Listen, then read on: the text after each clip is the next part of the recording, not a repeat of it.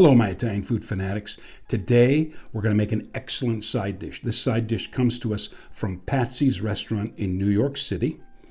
And it's a perfect accompaniment for steak or for chicken. We'll get into that at the end of the video if you're so inclined to stick around that long. We're going to take the mushrooms. We're going to take some garlic. We'll saute the garlic. We'll saute the mushrooms. We'll then add them all together. We'll flambe it with a little bit of cognac. And then we'll add in a little red wine and some cream and finish off with a little bit of butter and chopped basil. You'll see. Anyway, I want to get a shout out to the Big Moose in Ohio. My good man, you know I love you. Thank you very much for all your comments, for all your suggestions. I think we do have the same Nona, believe it or not. Anyway, thank you again. I really appreciate it. You're one of the first people that ever left a comment on any of my videos, and I'll never forget that. I want to thank you very, very much. All right, before I forget, also, please, thumbs up, subscribe, hit the bell button, and share, and leave a comment down below like the Big Moose. Anyway, let's get into the kitchen so I can show you how to make this excellent side dish from Patsy's, from where Frank Sinatra used to hang out and eat in New York City. It's an American-Italian wonder. See you in a bit. All right, let's get started. We're using mushrooms, of course. I've decided to use 50% white button and 50% Cremini mushrooms. We're also going to use a little bit of heavy cream. We'll use some cognac. We'll use some red wine, some basil, and of course, a little bit of garlic.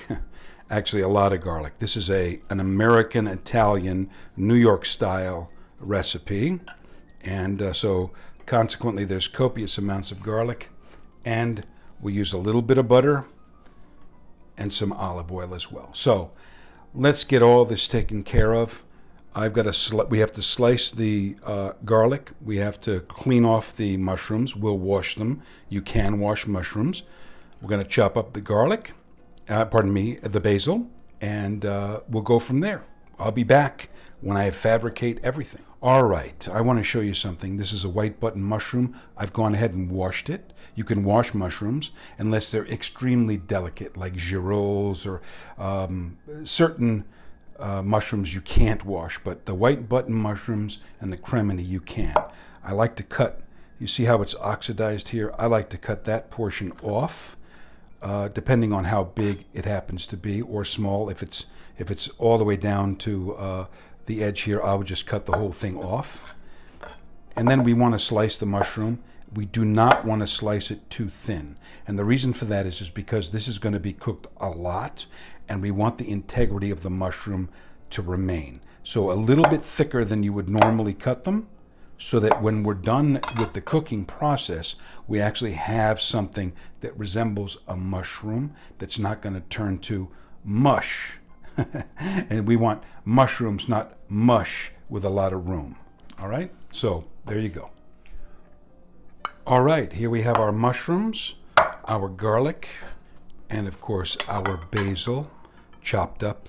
You want to do the garlic first, then you want to do the mushrooms, and then the basil. The basil last because it oxidizes very quickly.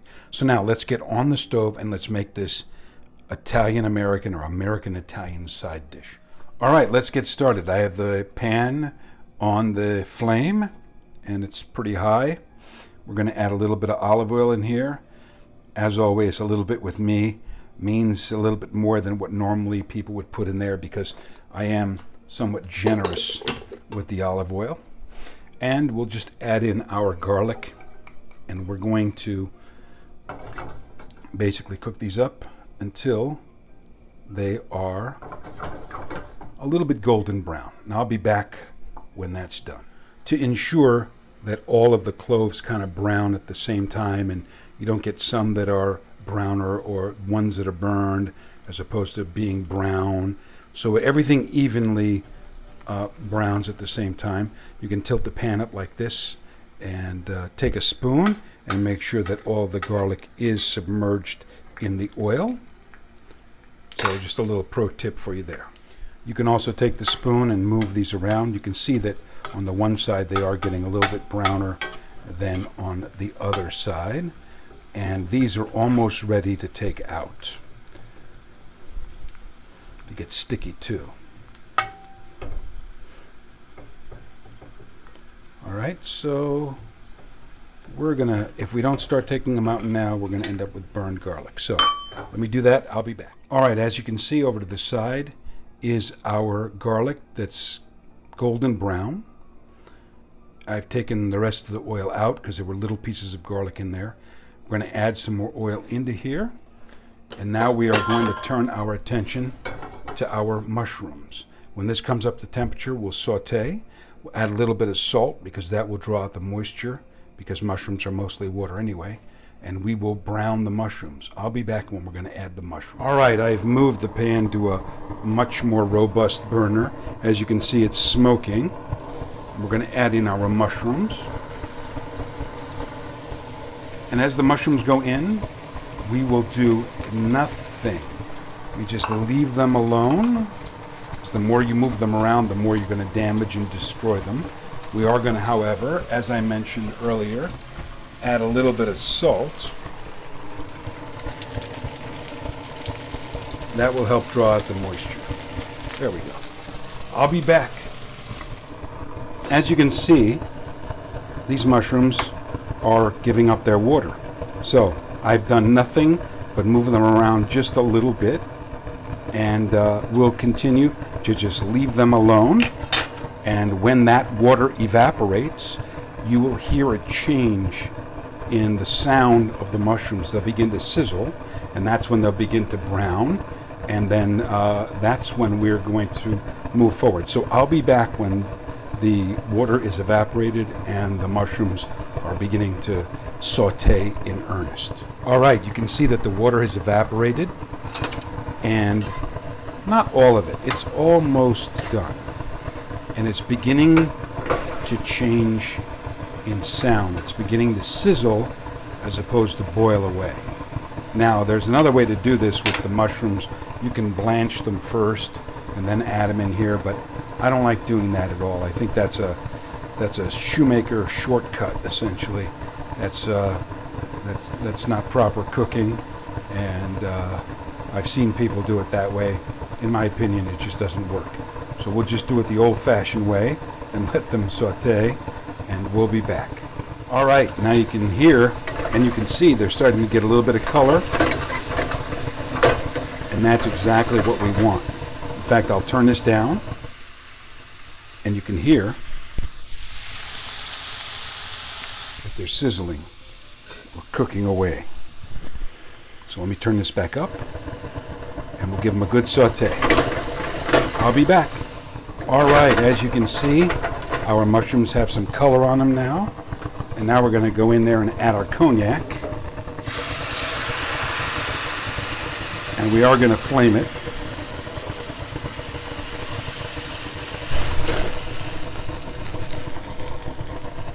Always flame. It adds a different flavor to the dish, okay? But you have to be very, very careful. Otherwise, you're going to be in a lot of trouble. So if you don't have a lot of experience doing it, better not to do it. But if you can, you have the space like I have here, it's okay. So now we're going to let that flame go away, and we're going to let the brandy, or in this case the cognac, same thing theoretically, we're going to let it reduce down. It's reduced down. We're going to let it go a little bit further. All right, we can see now that our cognac has reduced down. We're going to add a little bit of red wine in there, Cabernet. I'm going to add some heavy cream. We'll add some basil. We'll add in our garlic. Get rid of all of it. And we are going to let this reduce and cook down. And then we'll finish with the butter. All right, as you can see, this is cooking down now.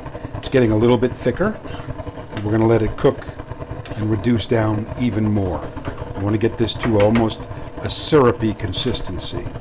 And then we'll turn the heat off. We'll stir our butter in, and then we'll adjust the seasonings. I'll be back. All right, as you can see, we're starting to make some trails in there, but it's still just a little bit too loose. Tighten it up just a little bit more, and we'll be done. All right, that does it. Look how sweet it is. It's cooked down. Look at that consistency. Those mushrooms have soaked up all of that goodness. Now let's just wait a couple of seconds for it to cool down a little bit. And we'll add in a little bit of butter. And this butter will finish the side dish off. It'll make it, not only give it a sheen and make it very creamy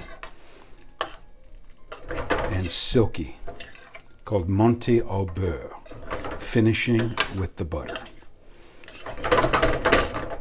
Okay.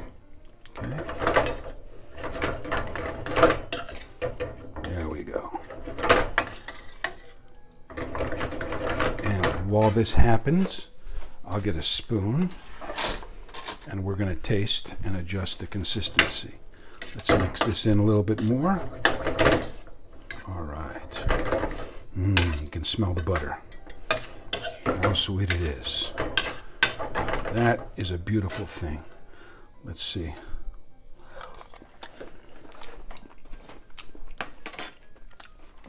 It does not need any salt as far as I'm concerned. We will add some pepper. Just a little bit, not too much. And let me taste again. Get a different spoon here.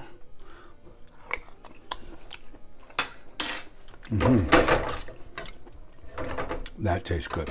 All right, let's dish it up.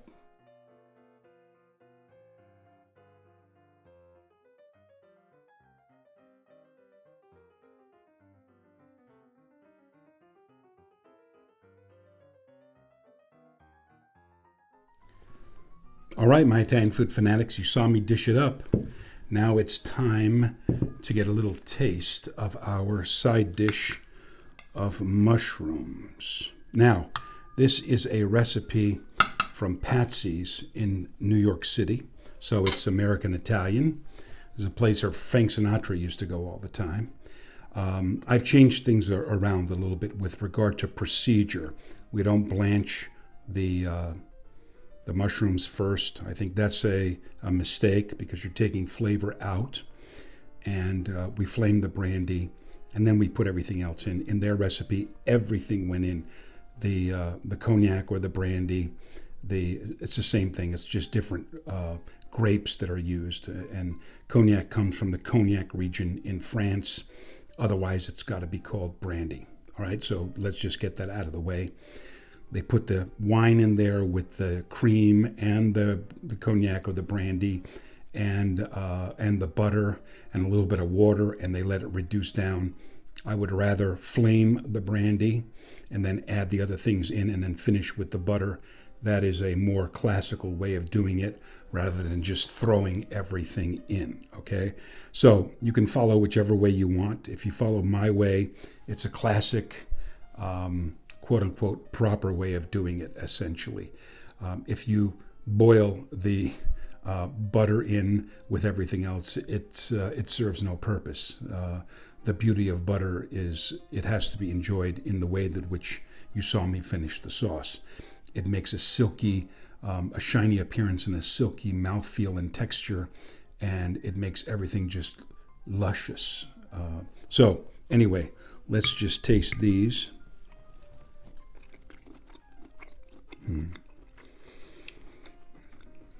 Wow. I love using Cremini mushrooms and white button in conjunction with one another. I believe that they support one another well. This is obviously an American Italian dish. You can tell by the amount of garlic that we use, but we didn't burn it. I have a Sicilian friend of mine in New Jersey who's a chef, who takes it just to the point of being almost burned before he will stop the cooking procedure. That's even though he's Sicilian, he's American born, of course, with Sicilian roots. That's not the way they would do it in Italy. This is an American Italian way of doing the garlic, and the copious amounts of garlic is very American, not Italian at all. The nice thing about mushrooms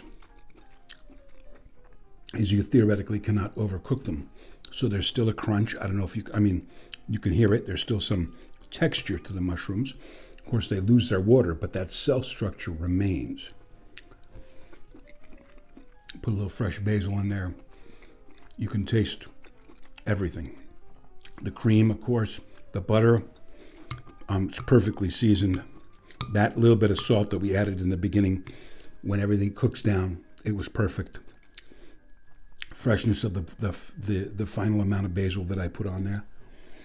The red wine, the Cabernet. It's a California Cabernet. It's very fruity. You can taste that. This is an excellent dish to serve on the side if you're going to have steak or even chicken, believe it or not. It wouldn't go that well with fish. It's somewhat heavy. You could theoretically eat it with pork chops, but it would go best with steak, first and foremost. Secondly, a little bit of chicken. But my preference would be red meat with this, obviously. Mushrooms. What a beautiful thing. You know, people talk about, oh, I don't like this, I don't like that. And then I make something for them that contains the ingredient that they don't like, but when it's done the right way, they go, oh my goodness. Like I got a friend of mine, his name is Larry, right? He doesn't like eggplant for whatever reason, unless I make eggplant for him. And then, of course, when I served it to him for the first time, he said, what is this? I said, I don't, just eat it. He ate it. Oh, this is delicious. What is it? Eggplant. He goes, I don't like eggplant. I said, well, you do now. And of course, he's a convert. The same thing goes for mushrooms. A lot of people don't like mushrooms. Consequently, when they're done this way and you eat them, you'll be a convert. You'll fall in love. Oh, by the way, before I forget, please hit the thumbs up button, hit the subscribe button, hit the bell button so you'll know when I release my next video. Share with your friends, and do me a favor. Leave a comment down below if you have a moment. Thank you very much for your time. I really appreciate it. I hope you make this dish. If you do make a dish that I've made that has inspired you to make something, please contact me on social media, on Instagram at Chef Argenti, and send me your name, picture of the dish that you made, and I will feature you on a future episode of Italian Food Fanatics. Until that time, wherever you are in the world, I hope you're having a great day. Thank you very much again. Bye-bye.